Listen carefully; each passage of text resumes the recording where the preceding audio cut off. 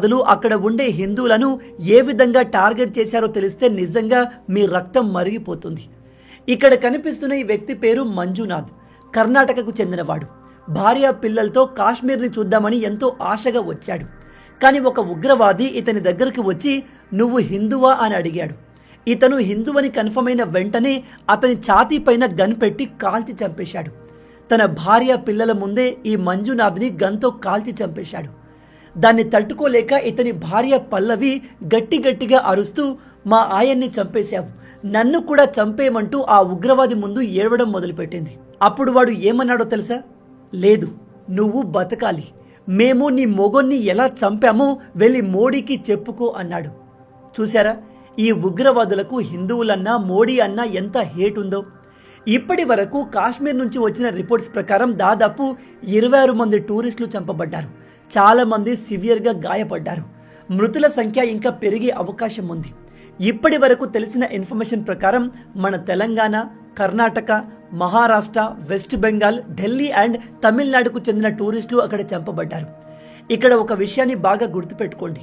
హిందువుల్ని టార్గెట్ చేసి చంపిన ఈ ఉగ్రవాదులు నీ కులమేంటి, నీకు ఏ లాంగ్వేజ్ వచ్చు, నీకు తమిళ్ వచ్చా, తెలుగు వచ్చా, హిందీ నేర్చుకుంటావని అడగలేదు. డైరెక్ట్గా నువ్వు ముస్లిమా హిందూ అని అడిగాడు.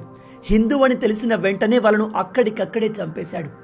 ఈ చనిపోయిన వాళ్ళందరూ హిందువులు కాకుండా ముస్లింలైతే వాళ్ళు ఇప్పటికీ బతుకుండేవారు. నేను ట్విట్టర్లో ఈ ఇన్సిడెంట్ గురించిన ఇన్ఫర్మేషన్ కోసం చూస్తున్నప్పుడు కొంతమంది మన తెలుగు వాళ్ళు కాశ్మీర్లో చనిపోయిన వాళ్ళ లిస్ట్ను చూసి అందులో ఒక ముస్లిం పేరు ఉంటే దాన్ని చూపించి ఒక ముస్లిం కూడా ఈ దాడిలో చనిపోయాడు కాబట్టి ఉగ్రవాదులకు మతంతో సంబంధం లేదు అని చెప్తున్నారు.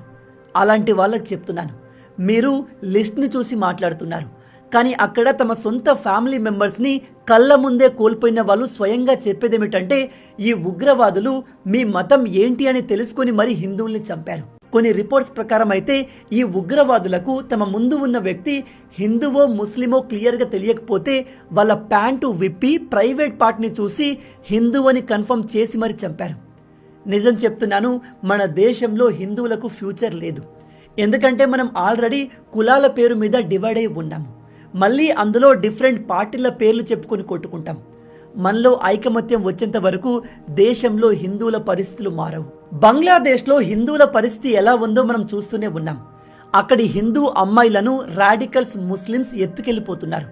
హిందూ లీడర్స్ని కిడ్నాప్ చేసి మరీ చంపుతున్నారు. గుడులను ధ్వంసం చేస్తున్నారు. ఇప్పుడు సేమ్ పరిస్థితి వెస్ట్ బెంగాల్లోని కొన్ని ప్రాంతాల్లో హిందువులతో జరుగుతుంది. అక్కడి హిందువులు ముస్లిం దాడులకు భయపడి ఊరు వదిలి పారిపోతున్నారు. అండ్ ఇప్పుడు జమ్మూ కాశ్మీర్లో అయితే హిందువులను ఐడెంటిఫై చేసి మరీ చంపారు. ఇక్కడ నేను ముస్లింలందరూ ఇలాంటి వాళ్ళే, అందరూ చెడ్డవాళ్లే అని చెప్పట్లేదు. కానీ మన దేశంలోని కొందరు ముస్లిమ్స్ ఈ అటాక్ని, హిందువుల చావుల్ని సెలబ్రేట్ చేసుకుంటున్నారు.